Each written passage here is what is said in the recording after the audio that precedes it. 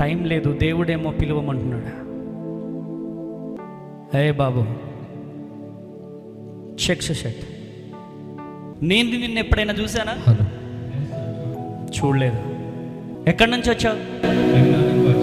ఎన్ని హాస్పిటల్స్ తిరిగినావు? నువ్వు ఎందుకు వచ్చావో చెప్పాలా? నేను సంతానము లేక బాధపడుతున్నారు.